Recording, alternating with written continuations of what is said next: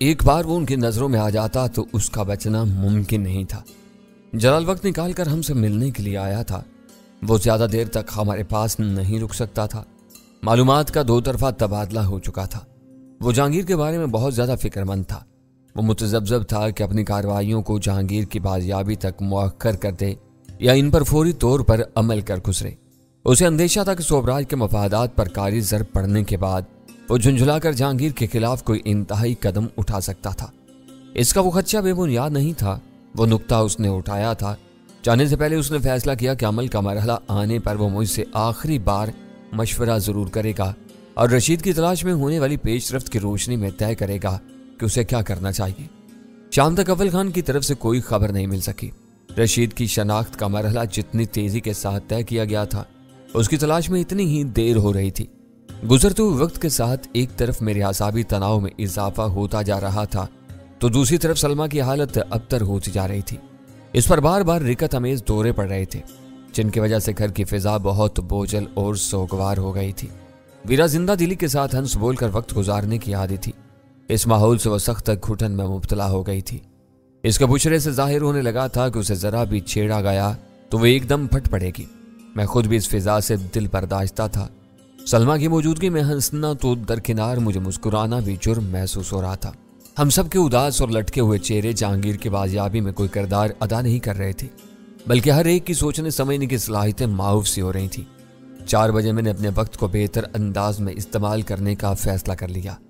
ویسے سارے معاملات ایک دوسرے کے ساتھ گتھے ہوئے تھے، لیکن جب تک سوبراج اور ٹام کے درمیان صلح نہیں ہو جاتی تھی وہ دونوں ایک دوسرے سے بہت فاصلے پر تھے۔ جہانگیر کا قصہ سوبراج کی ذات سے وابستہ تھا۔ اس سے میں بہت زیادہ باتیں کر چکا تھا اور شاید اسے یہ پیغام دینے میں کامیاب ہو گیا تھا کہ جہانگیر کی زندگی میرے لیے بہت اہم تھی۔ اسے کچھ ہوتا تو سوبراج کے ساتھ اس کا پورا خاندان میرے انتقام کا نشانہ بن سکتا تھا۔ اس کے برعکس ٹام سے میری زیادہ گفتگو نہیں ہو سکی۔ اسے چھیڑ چھاڑ کر میں نے اندازہ لگا لیا تھا کہ راہ کا اکلوتا ایجنٹ اس کی مدد حاصل کر چکا ہے۔ جلال نے چارلی سے معلوم ہونے والے ماسٹر پلان کی مدد سے میرے شبہ کی تصدیق کر دی تھی۔ ٹام جس شدت کے ساتھ مجھ سے ملاقات کا خواہاں تھا، اس سے ظاہر ہو رہا تھا کہ اس کے ذہن میں کوئی نئی بات جنم لے چکی تھی۔ 4 بجے میں نے ٹام کو فون کیا۔ اس وقت اندھیرا پھیلنے میں کافی وقت باقی تھا۔ جب میں نے اسے یہ بتایا کہ 5 بجے اسٹیڈیم کے سامنے اسے ملنے کو تیار تھا تو اسے کوئی خاص خوشی نہیں ہوئی۔ وہ ملاقات کے لیے شہر کے کسی مرکزی علاقے میں ملاقات کا خواہاں تھا۔ اس کی دانش میں میری مجوزہ جگہ اس کے لیے دور اور غیر محفوظ تھی۔ کرنل داور کے روپ میں 1 سے زائد مرتبہ اس سے مل چکا تھا۔ وہ تندخو اور بد دماغ تھا، اس لیے مجھے کبھی بھی متاثر نہیں کر سکا تھا۔ میں نے اسے ملاقات کے لیے جان بوجھ کر اسٹیڈیم کا علاقہ منتخب کیا تھا۔ وہ میرے گھر سے قریب ہونے کے ساتھ اس اعتبار سے محفوظ تھا کہ وہاں میں دور تک نگاہ رکھ سکتا تھا۔ اس نے مقام کی تبدیلی کے لیے اصرار کیا تو میں نے اسے 2 ٹوک الفاظ میں بتا دیا کہ اس شام میں صرف اسٹیڈیم تک آ سکتا تھا۔ وہ مقام میں تبدیلی چاہتا تھا تو اسے ملاقات کا پروگرام ملتوی کر دینا چاہیے۔ میں اگلے 1-2 روز میں دوبارہ وقت نکالنے کی کوشش کروں گا۔ وہ ہر وقت کارگر رہا اور ٹام نیشنل اسٹیڈیم آنے پر تیار ہو گیا۔ میں نے بہت خاموشی کے ساتھ ٹام کو فون کیا تھا۔ ویرا اکتائے ہوئے انداز میں گھر بھر میں بھٹکتی پھر رہی تھی۔ اس نے مجھے فون پر انگریزی میں بات کرتے سنا تو سیدھی وہیں آ گئی۔ اسے ابتدائی مذاکرات کا علم نہیں ہو سکا، لیکن گفتگو کا اختتام اس کے لیے واضح تھا۔ بیٹھے بٹھائے تم کو کیا سوجی ہے کہ کسی سے مشورہ کیے بغیر اس سے ملنے جا رہے ہو؟ اس نے حیرت سے دریافت کیا۔ طبیعت اکتا رہی تھی۔ پتہ چل جائے گا کہ وہ کیوں ملنا چاہ رہا ہے۔ اس کیفیت میں تم حاضر دماغی سے کام نہیں لے سکو گے۔ تمہارے چہرے سے بیزاری جھلک رہی ہے۔ میں اس حالت میں تمہیں اس سے ملنے کا مشورہ نہیں دوں گی۔ فکر نہ کرو، گھر سے نکلتے ہی میرا موڈ بحال ہو جائے گا۔ میرا بھی دم گھٹ رہا ہے، اس نے ادھر ادھر دیکھتے ہوئے دھیرے سے کہا۔ سلمہ کی وجہ سے گھر کا ماحول یکایک بوجھل ہو گیا ہے۔ مجبوری ہے، اسے برداشت کرو۔ میں نے کسی برہمی کا مظاہرہ کیے بغیر کہا۔ کیا میں تمہارے ساتھ چل سکتی ہوں؟ اسے میری نرمی کا فائدہ اٹھاتے ہوئے جھٹ فرمائش کرتی۔ ذرا ماحول بدل جائے گا۔ تمہارا دماغ خراب ہے؟ کیا میری ساری محنت پر پانی پھیرنے کا ارادہ رکھتی ہو؟ وہ ایک نظر میں تمہیں پہچان لے گا، پھر اسے یہ سمجھنے میں دیر نہیں لگے گی کہ میں کرنل داور بن کر ایک مدت سے ان لوگوں کو فریب دیتا چلا آ رہا ہوں۔ مجھے اسے ملنے کا شوق نہیں ہے۔ راستے میں مجھے کہیں بھی اتار دینا، واپسی میں ساتھ لیتے آنا، کھلی ہوا میں نکل کر میرا دماغ تازہ ہو جائے گا۔ اس مقصد کے لیے میرا ساتھ ضروری نہیں ہے۔ چاہو تو دھندلکا پھیلنے کے بعد سلطان شاہ کو اپنے ساتھ لے کر نکل جانا۔ اس وقت تک میں بھی لوٹ آؤں گا۔ تمہارے پاس ہر وقت بہانے تیار رہتے ہیں۔ وہ چڑھ کر بولی، صاف کیوں نہیں کہتے کہ تم مجھے اپنے ساتھ نہیں لے جانا چاہتے؟ वो ज़ेरे लब कुछ बुड़बुड़ाती हुई अपने कमरे की तरफ चलती। मैं गाड़ी का जायजा लेने के लिए पोर्च की तरफ हो लिया। अपनी हिसास मसरूफियात की वजह से मेरे लिए अपनी गाड़ी के नंबरों को छुपाए रखना जरूरी था। नंबर प्लेटों को बार बार तब्दील करना दुश्वार था, इसलिए मैंने सुल्तान शाह की जिम्मेदारी लगाई हुई थी कि नई करोला की दोनों नंबर प्लेटें हर वक्त इस तरह मिट्टी से लथड़ी रहें कि इन्हें साफ किए बगैर कार का रजिस्ट्रेशन नंबर पढ़ने में ना आ सके। पोर्च में ये देखकर मुझे इत्मीनान हुआ कि मेरी हदायत पर पाबंदी से अमल हो रहा था। काम की तरफ जाने के लिए मुझे इस बारे में कुछ नहीं करना था। मैं वापस आया तो गजाला मेरी मुंतजिर थी। वीरा ने मेरी नई मसरूफियत के बारे में उसके कान भर दिए थे। गजाला ने मुझसे सवाल जरूर किया, लेकिन उलझने की कोशिश नहीं की। वीरा की कोशिशों के बावजूद वो मेरे साथ उलझने से गुरेज करती थी। मैंने उसे अपने प्रोग्राम की नौइयत से आगाह किया और वह सर हिलाकर यूं मुतमईन होगी जैसे कोई बात न हो। सलमा कहाँ है? मैंने वो बात खत्म करके मुतजस्सिस लहजे में सवाल किया। अपने कमरे में सो रही है, गजाला ने थकी हुई मुस्कुराहट के साथ जवाब दिया। मुझे पहली बार अंदाजा हुआ है कि किसी गमज़दा फर्द का साथ देना कितना मुश्किल काम है। मैंने आराम करने के लिए उसे ख्वाब आवर दवा दे दी है। उसे सुकून मिलेगा और मैं भी थोड़ी सी बेफिक्र हो जाऊंगी। घर से नेशनल स्टेडियम का फासला चंद मिनट का था। मैंने फुर्सत से एक गोशे में बैठकर अपनी ज़रूरियात पर गौर किया। टाम कोई गुंडा नहीं था जिससे मारधाड़ होने का खतरा हो। हिफ्ज़े मातकद्दुम के लिए मेरे पास बीम गन और 2 अंगूठियों का होना काफ़ी था। इनकी मदद से मैं हर किस्म की सूरत-ए-हाल पर काबू पा सकता था। टाम ने मुझसे मिलने की ख्वाहिश का इजहार किया था। इस बारे में उससे फ़ोन पर 2 मरतबा मेरी बात हुई और कुछ देर बाद मैं उससे मिलने के लिए जा रहा था। हैरानकुन बात यह थी कि मैं मुलाकात का मुद्दा से बिल्कुल नावाकिफ था। कुछ पता नहीं था कि टाम मुझसे मिलने के लिए क्यों बेचैन था। 4:45 बजे मैं घर से निकल खड़ा हुआ और मुकर्ररा वक्त से कई मिनट पहले नेशनल स्टेडियम के सामने के हिस्से में दाखिल हुआ तो वहां बनी हुई पुख्ता पार्किंग में पहले से कुछ गाड़ियां मौजूद थीं। मैं अपनी गाड़ी की रफ्तार धीमी करके दाहिनी तरफ की पार्किंग में मुड़ने का इरादा कर ही रहा था कि अचानक मेरी नजर टाम पर पड़ी। तो बाएं तरफ अपनी गाड़ी से उतर रहा था। मैं अपनी गाड़ी उसी तरफ लेता चला गया। मैंने महसूस किया कि बाएं तरफ के हिस्से में हमारी 2 गाड़ियों के सिवा किसी तीसरी गाड़ी का वजूद नहीं था। टाम ने शायद इसीलिए इस हिस्से का इंतखाब किया था। टाम बहुत होशियार और चौकन्ना नजर आ रहा था। उसने दूर ही से मुझे अपनी तरफ आता हुआ देख लिया था। मैंने कार रोकी तो टाम लंबे लंबे डग भरता हुआ मेरे करीब आ गया। वेरी गुड, उसने खुश्क लहजे में कहा। हम दोनों वक्त से चंद मिनट पहले आ गए। मैं इस तरह पहली बार आया हूँ। बस आगा खान अस्पताल में देखा हुआ था। इसी के सहारे में भटके बगैर यहाँ तक पहुँच गया। उसने मुझसे हाथ मिलाने में पहल नहीं की थी। मैंने गाड़ी से उतर कर बेनियाजी से अपने दोनों हाथ जेबों में उड़स लिए। क्या तुम्हारी गाड़ी में बैठकर बात करना मुनासिब नहीं रहेगा? उसने पूछा। मेरे पिछले तजर्बात तल्ख हैं, मैंने तंज से कहा। ऐसा ना हो कि तुम्हारी जेब से कोई कीमती चिप मेरी गाड़ी में गिर जाए और तुम्हारे आदमियों को मेरा घर ढूंढना पड़ जाए। बैठना जरूरी है तो मैं कुछ देर के लिए तुम्हारी गाड़ी में बैठ सकता हूँ। तुम बहुत मुंह जोर हो। आओ। अपनी गाड़ी की तरफ मुड़ गया। मैं साफ बात करने का कायल हूँ, अपने दिल में गिरा डाल कर नहीं बैठता। यही वजह है कि निक और गैरी के बाद आज तुमसे मेरी मुलाकात हो रही है। वो दरवाजा खोलकर अपनी गाड़ी की ड्राइविंग सीट पर बैठ गया। मैंने दूसरी तरफ जाकर उसके बराबर वाली नशिस्त संभाल ली। साफ गोई में एतदाल जरूरी होता है। बहुत सी बातें ऐसी होती हैं जो हम अपने मुखातिब की दिल आजारी के अंदेशे की वजह से अपनी जुबान पर नहीं लाते। यह यूरोप का रवाज हो सकता है। मेरा तजर्बा है कि अमरीकी मुंह फट होते हैं, किसी की परवाह नहीं करते। जो कहना होता है कह डालते हैं। इस एतबार से तुम्हारा मिजाज अमरीकियों से करीब तर है। शायद इसीलिए मैं इस वक्त एक अमरीकी के साथ बैठा हुआ हूँ। मैंने तुर्की ब तुर्की जवाब दिया। इसके रूखे सूखे चेहरे को देखकर मैंने सर्द महरी इख्तियार करने का फैसला कर लिया था। डैनी आजकल कहाँ है? उस अपनी निशिस्त में तिरछा होकर मेरी आंखों में झांकते नर्म आवाज में सवाल किया। वो ज्यादातर इसी शहर में होता है मगर ठिकाने बदलता रहता है। मैं उसके मौजूदा ठिकाने से बेखबर हूं। मैंने पलकें झपकाए बगैर जवाब दिया। वो कब तक पकड़ा जाएगा? टाम ने अगला सवाल किया। 1 दिन, 1 माह या शायद 1 साल में।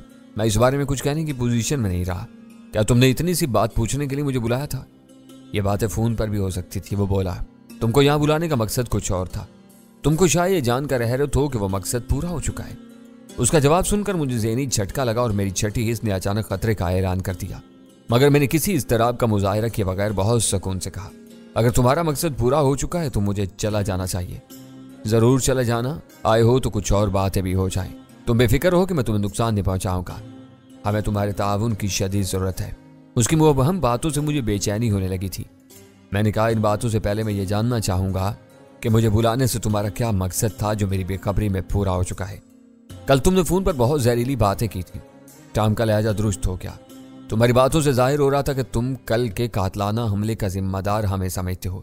मैं ये जानना चाहता हूँ कि तुमने ये सब किस बुनियाद पर कहा था। अगर तुम मुझे धमकी दे रहे हो तो इस बारे में मेरी जुबान से एक लफ्ज भी नहीं सुन सकोगे, मैंने सख्ती से जवाब दिया। देखो कर्नल, हमने तुम्हारे बहुत नखरे बर्दाश्त कर लिए। मैं इस नतीजे पर पहुंचा हूं कि तुम हमारे साथ कोई बहुत लंबा खेल खेल रहे हो। असूली तौर पर हम किसी ऐसे आदमी का वजूद बर्दाश्त नहीं कर सकते जो अमेरिका और पाकिस्तान के दोस्ताना मरासम में दरारें डालने की कोशिश कर रहा हो। यह तुम्हारी इल्जाम तराशी है, मैंने बरहमी से कहा। अब यह भी सुन लो कि तुम्हारी एजेंसियों की तमाम गैर कानूनी सरगर्मियां मेरे सामने हैं। तुम हर कीमत पर यहाँ अपनी मनमानी करना चाहते हो। टैनी की बात और थी, उसे बहुत से लोग नाला हैं, उससे आगे मेरी जुबान न खुलवाओ वरना बात बिगड़ जाएगी और तुम्हें कुछ हासिल नहीं हो सकेगा। कर्नल दावर धमकियों से खौफजदा होने वाला आदमी नहीं है, वो सर उठाकर जिंदा रहना जानता है। वो किसी सांप की तरह चंद सानियों तक मुझे घूरता रहा, फिर बोला, निक और गैरी बेवकूफ थे। मैं तुम्हारे खेल को बड़ी हद तक समझ गया हूं। मुझे मालूम है कि तुम कयामत तक डैनी या वीरा को हमारे हवाले करने के काबिल नहीं हो सकोगे। तुम इनके नामों की आड़ लेकर हमारे पेट में घुसे हुए थे, मगर अब तुम्हारा खेल खत्म हो चुका है। मैं तुम्हारे किसी चकमे में नहीं आऊंगा। वो बहुत खुलकर बोल रहा था। ये बात मेरे वहमों को मान में भी नहीं आ सकी थी कि मेरी और टॉम की वो 1-to-1 मुलाकात इस कदर अहम साबित होगी। मैंने पूरे एतमाद अंदाज में कहा, मैं अपनी दुनिया में मगन हूं, मुझे किसी को चकमा देने की जरूरत नहीं। निक ने मुझे सब्ज बाग दिखाकर अपने साथ मिलाने की कोशिश की थी। मैं तुम्हारे पास नहीं आया था। तुम्हारे पेश रू FBI में मुलाजमत की पेशकश के साथ मेरा पीछा करते रहे हैं। ये सब रिकॉर्ड की बातें हैं। मुझे माजी से कोई दिलचस्पी नहीं है। उन्होंने गलतियां की तो उसका नतीजा भी भुगत लिया। मुझे शुबा है कि अब सोबराज भी तुम्हारे हाथों में खेल रहा है। हर वो बात जो उसके इल्म में आती है उल्टी पड़ जाती है। गैरी से मिलने के लिए फ्रेंच बीच गया और वापसी में लोहुलान होकर बेहोश हो गया। रावाले इस पर भरोसा करके मार खा रहे हैं। आखिर ये सब क्या है? यह सब तुम्हारे अंदर जन्म लेने वाले खौफ का नतीजा है। तुम राह के किन लोगों का जिक्र कर रहे हो?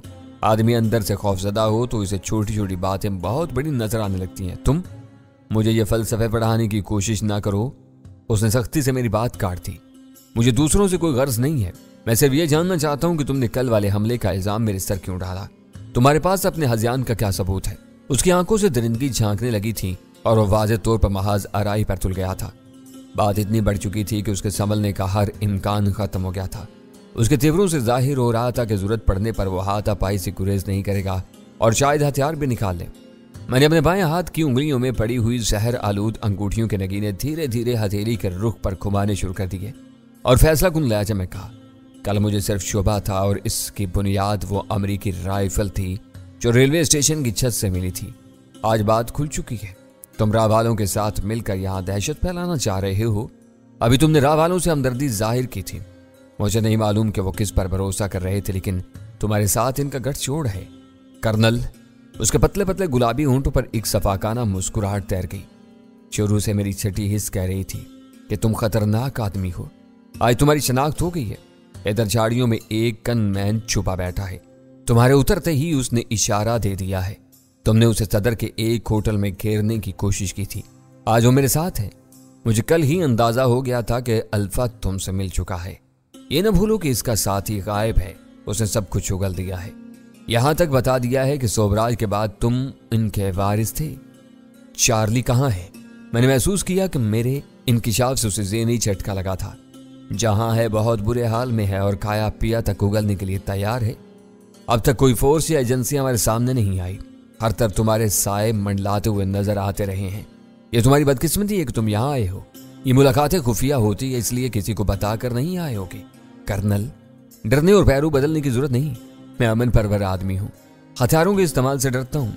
तुम्हें हाथ भी नहीं लगाऊंगा। अब मेरी गाड़ी से उतरो और अपनी राह लो। मैं तुम्हें इससे ज्यादा वक्त नहीं दे सकता था। उसे अचानक बात खत्म कर दी। मेरे वजूद में सनसनी की लहरें दौड़ने लगीं। चंद सानिये कबल उसने झाड़ियों में छुपे हुए गनमैन का जिक्र किया था। वो अल्फा के सिवा कोई और नहीं था। आसार बता रहे थे कि राह का खूनी दरिंदा अपनी कमीनगाह में तैयार बैठा हुआ था। वो किसी भी लम्हे मेरे ऊपर गोली चला सकता था। टॉम वापसी में उसे अपने साथ लेकर तेजी से निकल जाता। हालात बिगड़ने की सूरत में टॉम उसे उसके हाल पर छोड़कर फरार हो सकता था।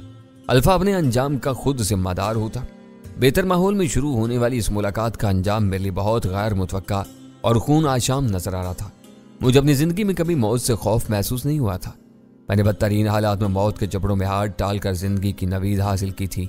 लेकिन इस वक्त टॉम ने नहायत मक्कारी से मुझे अजीब सूरत-ए-हाल में डाल दिया था। राह का एक मुसल्ला कारिंदा ढलती शाम के सायों में कहीं छुपा हुआ था। वो मेरी घात में था, मगर मैं उसकी पोजीशन से बेखबर था। मेरे पास बीम गन और अंगूठियों के सिवा कोई तीसरा हथियार मौजूद नहीं था जो ज्यादा दूर तक मार कर सकता। मुझे कुछ अंदाजा नहीं था कि टॉम की गाड़ी से उतरकर अपनी गाड़ी तक जाने के दौरान में कब और कहां से मुझ पर फायर किया जाता। वो मुकाबला नहीं था, घात लगाकर मुझे हलाक करने की गहरी साजिश थी जिसका बज़ाहिर कोई तोड़ नहीं था। इस वक्त सिर्फ टॉम मेरे करीब मौजूद था। वो मुझे हाथ न लगाने का ऐलान कर चुका था और उसके दोनों हाथ स्टीयरिंग व्हील पर जमे हुए थे। वो तहकीर अमीज़ नजरों से मेरी तरफ देख रहा था, जैसे मेरे उतरने का मुंतजिर हो। मेरे लिए एक ही राह बाकी रह गई थी। मैं फुर्ती के साथ अपनी जेब से बीम गन निकाल कर टॉम को यरगमाल बनाता और उसकी आड़ में वहां से बच कर निकल जाता। इस दबाव के आलम में मेरा जहन बहुत तेजी से काम कर रहा था। मैंने एक लम्हे के हजारवें हिस्से के लिए अपनी गुलू खुलासी की इस तदबीर के बारे में सोचा और इसे मुस्तरद कर दिया। टॉम जैसे मक्कार और साजिशी की आड़ लेकर इस महाज से भागना जिल्लत आमेज था। अगर मेरा वक्त पूरा हो चुका था तो टॉम की आड़ क्या दुनिया की कोई ताकत मुझे मौत के चुंगल से नहीं बचा सकती थी। मैंने अल्लाह पर तवक्कल करके दरवाजा खोला और टॉम की गाड़ी से उतर गया। वो इंजन स्टार्ट कर चुका था। मेरे उतरते ही गाड़ी बहुत तेजी से आगे निकाल ले गया। अपने छुपे हुए दुश्मन के खुले निशाने पर आसमान तले खड़ा रह गया था। मैंने अपनी कार की तरफ कदम बढ़ाया ही था कि फिजा फायर की खोलनाक आवाज से लर्ज उठी। शायद मेरे दुश्मन ने गोली चला दी थी। मैं बेइख्तियार तारकोल सा बनी हुई पार्किंग लॉट पर गिर गया। उसी लम्हे फिजा में एक भयानक इंसानी चीख गूंजी और मैं चकरा कर रह गया। वो सब तवातर के साथ एक ही वक्त में यूं रूनमा हुआ था कि मैं कुछ भी नहीं समझ सका। मैं सड़क पर सीने के बल सिरकता हुआ अपनी कार की तरफ बढ़ा। दरवाजा खोलकर झुके झुके ड्राइविंग सीट पर बैठा और फिर वहां से रवाना हो गया। टॉम की कार का दूर दूर तक कोई पता नहीं था। मेरे सामने भी कोई रुकावट नहीं थी। मैंने अपनी कार की रफ्तार बढ़ा दी। नेशनल स्टेडियम से मेन रोड पर निकलते हुए मैंने दाहिनी तरफ से झाड़ियों में कुछ हलचल सी देखी, लेकिन मैंने वहां रुकने की हमाकत नहीं की। मेरे लिए इतना ही काफी था कि मैं अल्फा का निशाना बनने से बाल बाल बच गया था और मेरी वापसी की राह मसदूद नहीं थी। इंसानी चीख किसकी थी, झाड़ियों में क्या हो रहा था, मुझे इसे कोई गर्ज नहीं थी। धमाके और चीख की आवाज सुनकर वहां आने वाले खुद ही इन सब बातों का सुराग लगा लेते। नेशनल स्टेडियम से मैं चंद मिनट में वापस घर पहुंच गया था। वहां तीनों सुकून से टेलीविजन के सामने बैठे मेरी वापसी का इंतजार कर रहे थे। सलमा बदस्तूर अपने कमरे में सो रही थी। टॉम से मुलाकात कैसी रही? तुम्हारा चेहरा तमतमाया हुआ क्यों है? वीरा ने मेरी तरफ देखते हुए सवाल किया। मुलाकात जोरदार रही। टॉम दूसरों से ज्यादा चालाक साबित हुआ। आज उसने कर्नल दावर का किस्सा खत्म करने का इरादा किया हुआ था। मैंने इख्तिसार से कहा, क्या उसने तुम्हें पहचान लिया? वीरा मेरे ज़ुबानी अल्फाज का मफ़हूम नहीं समझ सकी। पहचानने का सवाल ही पैदा नहीं हुआ। वो समझ चुका था कि कर्नल दावर इन्हें चक्कर दे रहा है। वो अल्फा को मुसल्ला करके अपने साथ लाया था और उसके हाथों मुझे मरवाना चाहता था, लेकिन कुछ समझ नहीं आया कि वहां क्या हुआ। गोली चली, कोई बेसाख्ता चीखा और मैं वहां से निकल आया। मेरी जुबान से सपाट अंदाज में तो तफसील सुनकर तीनों की आंखें हैरत से पेशानियों पर जा चढ़ी। गजाला उठकर मेरे करीब आई और दूसरों की मौजूदगी की परवाह के बगैर वालियाना अंदाज में मेरे बदन को टटोलते हुए बोली, ऐसा भयानक वाकया हो गया और आप इस तरह बता रहे हैं जैसे आप टॉम के साथ पिंग पोंग खेल कर आए हो। टॉम ने मुझे हैरान कर दिया। मुझे यह अंदाजा नहीं था कि वो इतनी तेजी से नताइज अखज़ कर लेगा। अब समझ में आ रहा है कि उसने अल्फा की कहानी सुनने के बाद यह फैसला कर लिया था कि अब वो कर्नल दावर से अपनी जान छुड़ा लेगा। मैंने मुस्कुराते हुए कहा, कल फोन पर बात करते हुए उसका जहन बहुत साफ था।